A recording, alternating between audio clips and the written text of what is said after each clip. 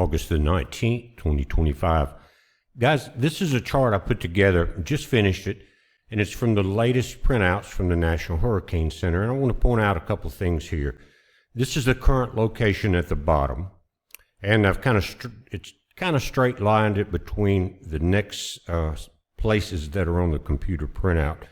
Now, the interesting two that are going to be the most important for everyone are the last two right here. And this is Thursday morning.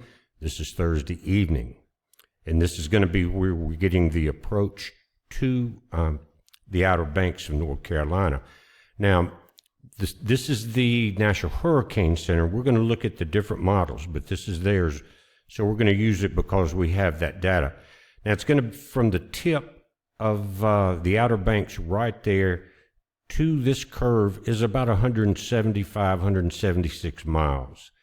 Now, the tropical force winds go out as this far, right here. You see that? Right there. And they're saying that Erin is a large hurricane. They talked about it, we talked about it this morning. And so what I've done, I put it in here, it says Erin is a large hurricane. Hurricane force winds extend outward up to 80 miles from the center, and tropical storm force winds extend out to 230 miles. And so 80 miles is this line right there. I did it with the measurement on Google Maps. And this is 230 miles. And this is right where it comes out of the flatlands right here, guys, or starts. You've got you can't really tell there's water behind this curve, but that's shallow water. So it's all the way across that inlet and back into the mainland. That is the 230 mile line. So tropical storm force winds out this far, and hurricane force winds out this far. Now, also, they're saying it's going to be a Cat 2, but according to their data, they're just like 0.3 of a mile below 110. It's like 109.7 miles an hour. 110, you start from there, you go into a Cat 3. So this is you might as well say a Cat 3 here and at the point before this, okay? And this is, again, Thursday morning here. Now, this may drift further, but we are getting down to the point to where the models are going to be becoming more and more accurate because time is getting shorter. It's easier to see the tracking and things. But this is close enough to give you an idea unless there's a major change. And again, we've got tomorrow to get through. Wednesday's in this area, and then Thursday morning, Thursday afternoon. You can, if you want to, you can screenshot this. But this is, again, I put the information on here in the lines, but it's coming from the computer printouts from the National Hurricane Center in Miami. Now let's take a look at that model, and we're going to take a look at satellite images, and we're going to look at the European model and the UK model as far as where the tracking is. Now, this is the latest from the National Hurricane Center, and it's been out 1 hour and 27 minutes at 5 p.m. Eastern Time. And notice it's saying hurricane. This is where it's at now, and then we have the two spots that I showed you were Wednesday. Then the before and the after the pass of Hatteras and the Outer Banks Thursday right here. Notice it's saying H. That means a Cat 2, right? But again, hurricanes go from a Cat 1 to 74 to 110, and 110 plus, you're into a Cat 3 or 4 or 5. So we are less than a mile per hour on their charts in these two spots right here from being a Cat 3, okay? So any gust are going to put you up at 132 on both of these. That's over, you're getting on up there into very strong Cat 2 and 3, Cat 3 and 4 winds at that point. But again, we're less on their mile per hour prediction, less than 1 mile under a Cat 3. Right now we have 105 mile per hour sustained winds, which is under a Cat 3. But remember, it's supposed to strengthen through this area, and it will be getting into some of the warmer waters of the Gulf Stream itself. But getting up to 109.7 Again, very close to the Cat 3 area. So it's not going to take much strengthening to get there. And so we may not be surprised to see a Cat 3 or an M on some of these before it's all said and done. And just quickly while we're here, this is Erin, again, 105 mile per hour winds. This is this disturbance behind it. It's a 60% chance of development.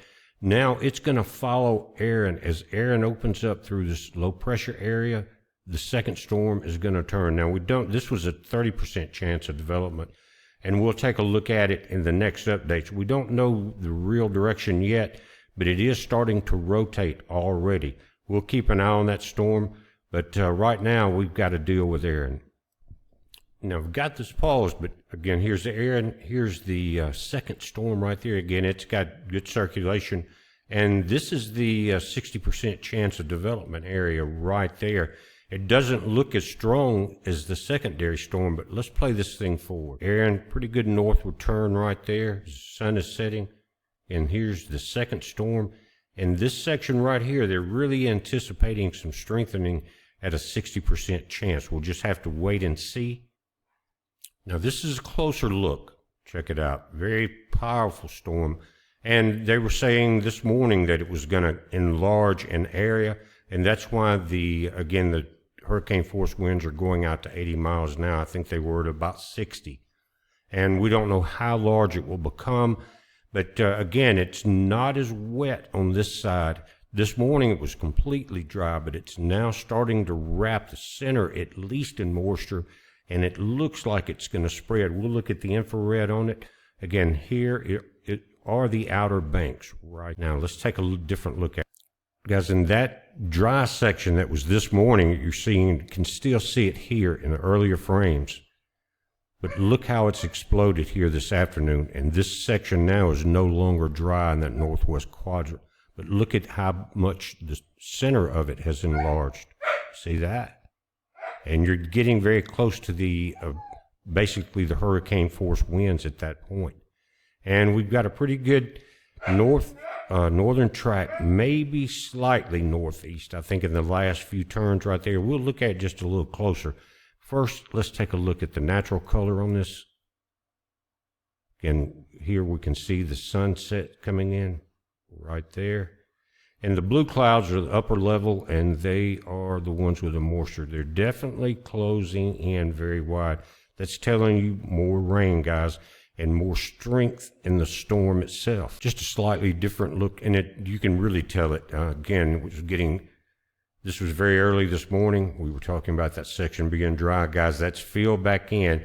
You're going to start seeing the center recycle, and you're already seeing it recycle.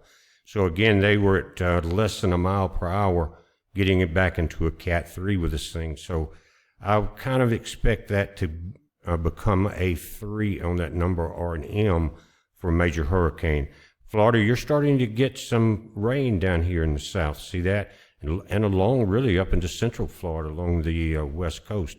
That's a good thing. Texas, you're getting a little, this section, you're getting some rain. Looks like most of it's just west of the Mississippi River, starting in Arkansas and moving north. Again, look at the expansion and how far out these outer bands extend. And we're comparing that right here to the outer bands. Now, going back to the true color on this thing, you can see that everything in the ocean is really around it is being controlled by the storm now. Notice a rotation here in the direction. This is where and I noticed it on the webcams this morning, everything was moving from north to south along the beaches. In other words, from left to right, not true north and south. But if you're standing on the beach from your left and looking at the water to left to right this morning, and that's intensifying, that's going to be your rip currents, and that's going to have a slight steering influence on the storm. At your upper levels now, you can see the wind is kind of stripping off the top just a little, but a lot of this is natural motion of the hurricane itself. Now let's take a look at Windy. It's one of the links that's been on our website forever. We used it in last night's video. And you can see where Erin is spinning, and I've got this set at Thursday morning at 6 a.m. That's the two sections that I was talking about in the model that I showed you. Notice that curve between the two sections here and here. They're showing it a Cat 2, by the way.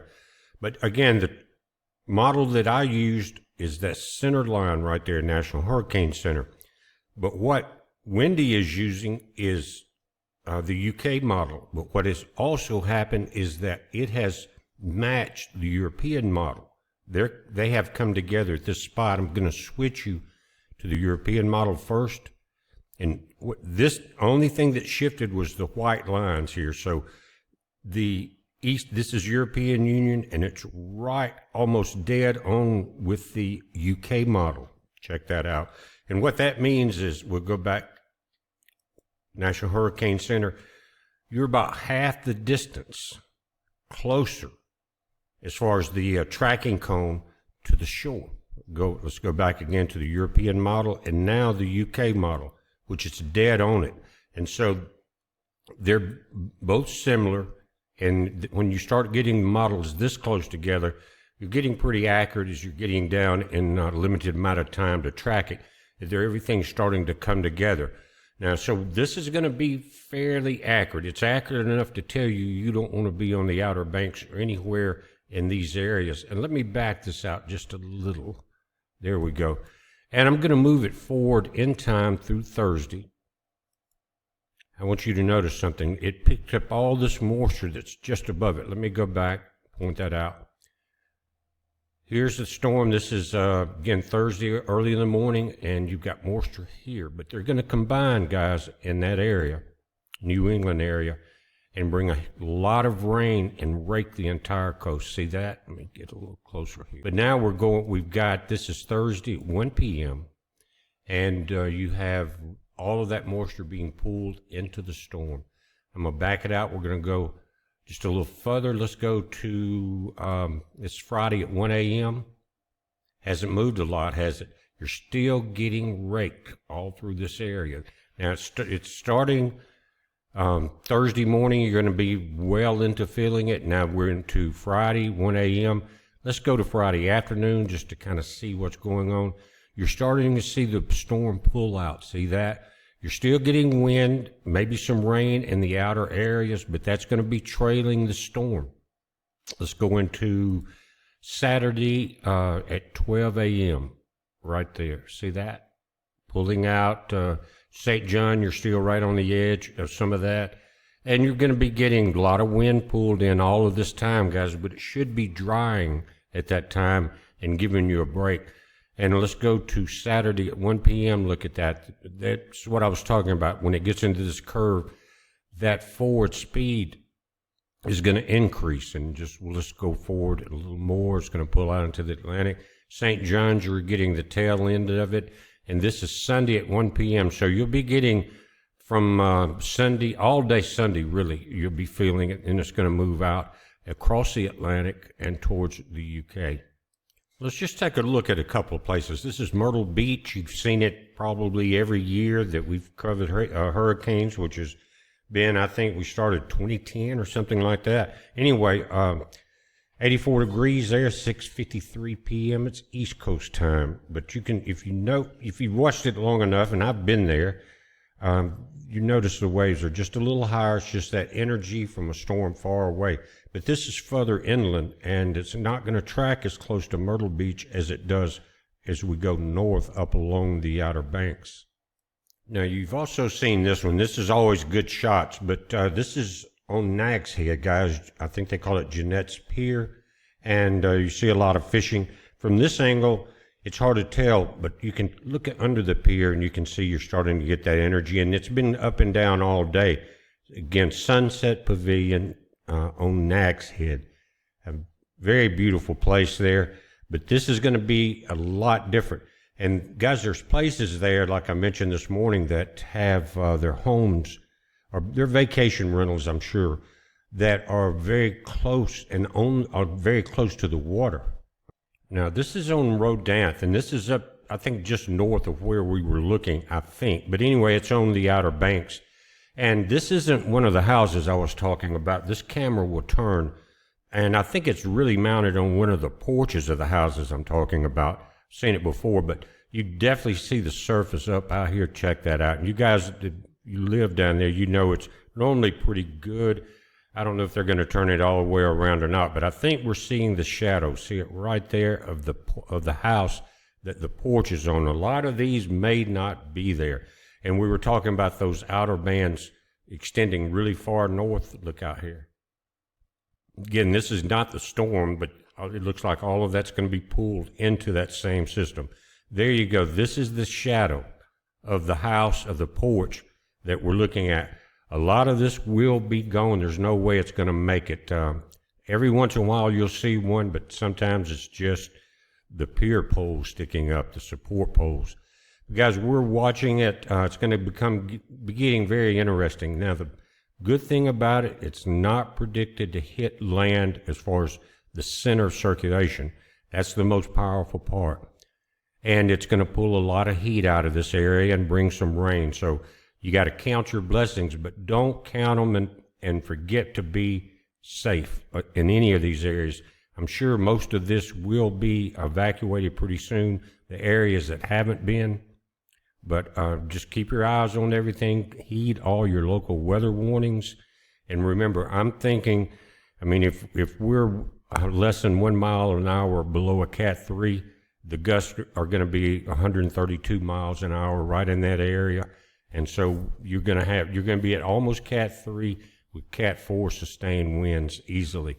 Everyone's not, I just noticed people walking up here. So this part of the Rodanthe area has not been evacuated yet. I'm not sure how long that will last, but right now it hasn't been. You can see it's a beautiful area. Anytime you're on the ocean and you see the sunset, it's a good day. It's going to change a little bit, but we're going to get past it. And the other storm is following it. We don't know if it's going to get this close to shore or not, but that will tell in time. Watch for updates. I appreciate it, guys. It's a heads up. Be safe.